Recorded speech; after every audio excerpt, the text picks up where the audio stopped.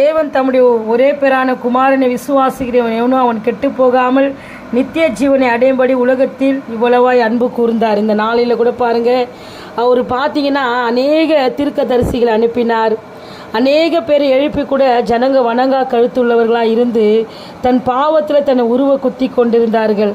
பாருங்கள், இந்த ஜனங்க வணங்கா கழுத்துள்ள ஜனம் என்று அவர் அறிந்து அந்த வார்த்தையானது மாமிசமாகி கிருபையினாலும் சத்தியத்தினாலும் முடிசூட்டப்பட்டவராக இறங்கி வந்தாருங்க.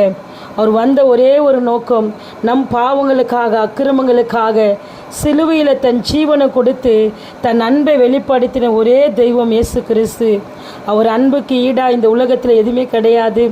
ஏன்னா தன் ஜீவனையே கொடுத்து தன் அன்பை நிரூபித்த ஒரே நல்ல தகப்பன் இயேசுப்பா.